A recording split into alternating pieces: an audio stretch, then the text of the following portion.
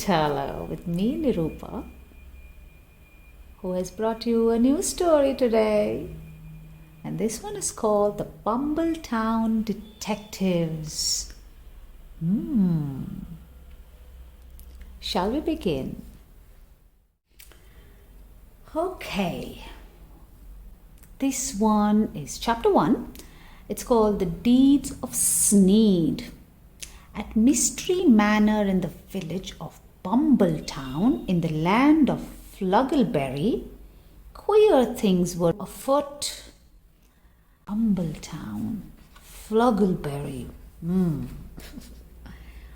I am thoroughly mystified, said Dame Edith to her husband Sir Reginald.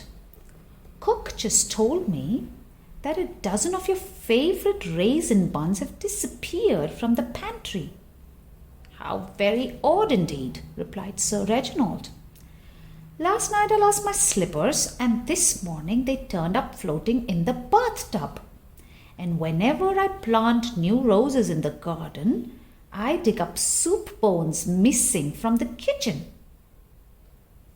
This calls for a detective, Dame Edith exclaimed, and the word went out that Mystery Manor needed a sleuth.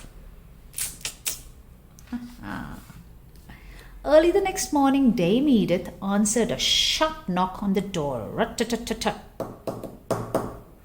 to find a dapper man singing a song.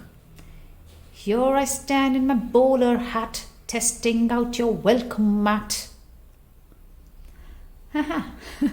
Allow me to introduce myself. When it's detecting you need, call Basil T. Sneed. Dame Edith read Basil's card, then his hat. What did his hat say? Oh, it says world's greatest detective. Right. Finally, she asked for proof that he was the world's greatest detective, replied Basil.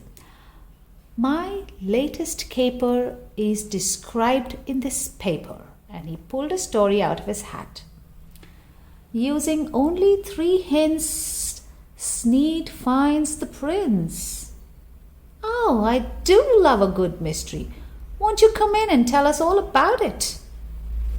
Has she forgotten her own mystery? Inside the mansion's great hall, Basil settled himself in Sir Reginald's favourite armchair. He absent-mindedly scratched the head of Butler. Not the Guy Butler, the couple's pet, Biffle Barker, who had the run of the house.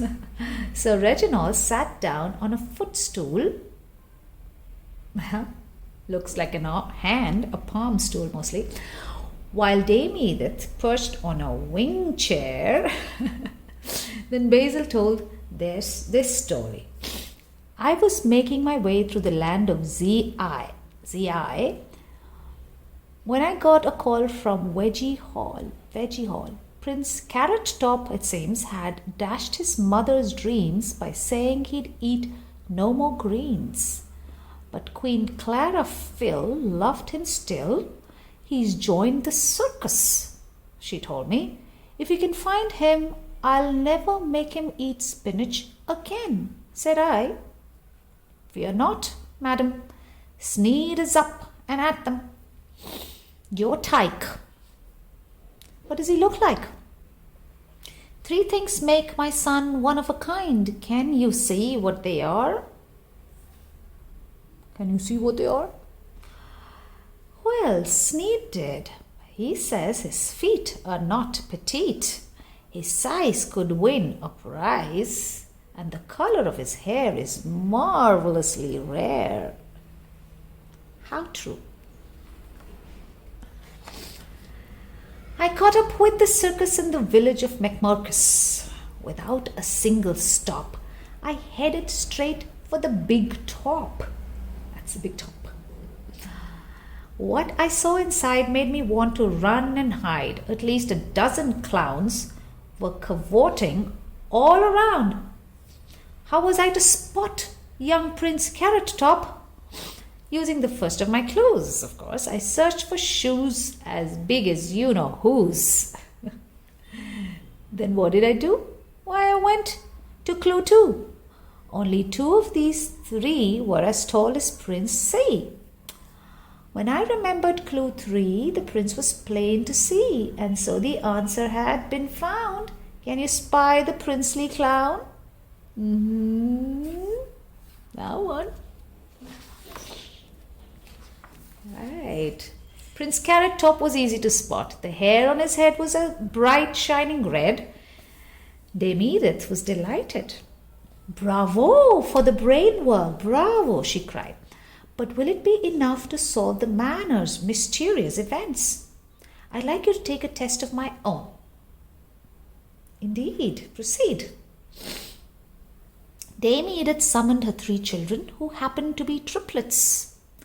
As they skipped into the great hall, she said, Basil T. Sneed, I'd like you to meet Noisy, Bob, and Hungry, but not necessarily in that order. And there lies your challenge.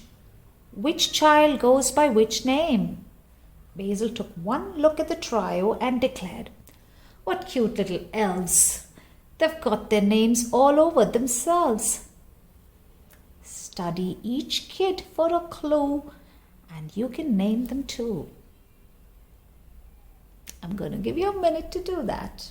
Maybe not a minute, but a few seconds. Are you done? You can pause the video if you want longer. I'm going on to the next page. So that one is Hungry. Hungry is the one who had fruit in his boot. Noisy is he with bells on his sleeves. And having named the first 2, I know Bob must be you. Yes. Dame Edith, Sir Reginald, and the triplets all applauded. Very well done. That was sharp-eyed deduction indeed, Dame Edith told Basil. You are just the person to find out what happened to our raisin buns, slippers, and soup bones. No sooner had Dame Edith said these words, however, than the front door shuddered loudly. Dut, dut, dut, dut, dut. It sounded almost as if someone was kicking it. Just a minute, sir, Dame Edith told the figure outside, and I will speak to you. I will speak to your other half. The other half. Now that brings us to the end of that chapter. So I'm going to say my goodbyes, but I'll bring the chapter 2 very soon. Bye. I'll see you soon. Don't miss chapter 2.